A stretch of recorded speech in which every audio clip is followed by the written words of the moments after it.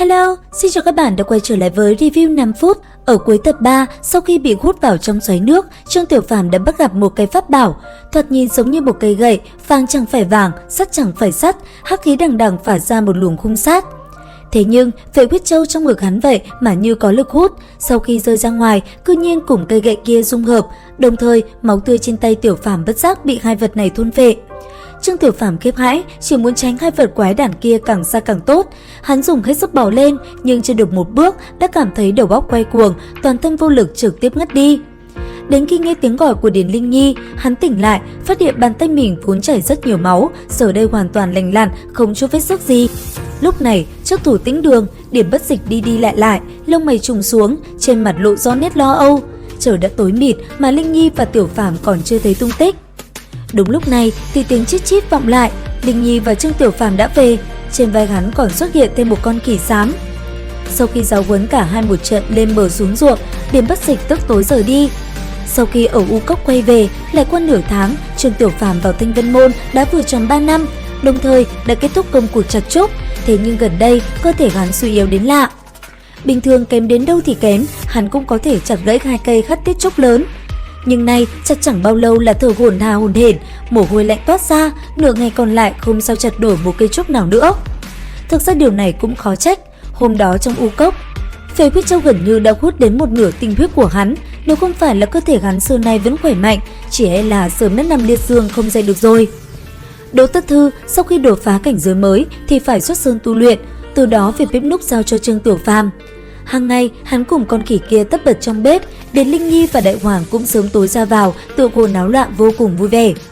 Tay nghề của hắn rõ ràng ngon hơn lão ngu, khiến ai cũng đều khen ngợi. Lúc ấy, đến Điền Bất Dịch cũng gấp nhiều hơn mọi khi, gật đầu, ánh mắt có vẻ khoan khoái, Trương Tiểu Phàm cảm thấy rất hài lòng. Từ đó trở đi, Trương Tiểu Phàm tiếp tục làm việc trong bếp. Về tu hành đạo pháp, hắn chẳng tỏ ra có chút tài hoa nào, nhưng khả năng bếp núc thì đúng là trời phú, nấu nướng chẳng cần thầy dạy mà tự vỡ vạc, cơm canh đưa ra thơm ngon tươi ngọt, vượt xa tất thảy mọi người. Mà trong lòng hắn, chỉ cần Điền Bất Dịch mỉm cười gật đầu chấp thuận thì đã là một sự hoan hỉ lớn lao rồi. Thời gian thấm thoát, lại nửa năm nữa trôi qua, kỳ thất mạch hội võ của Thanh Vân Môn một giáp mới tổ chức một lần, càng lúc càng đến gần. Không chỉ Tô Như, đến Điền Bất Dịch cũng bắt đầu đôn đốc tọa hạ đệ tử.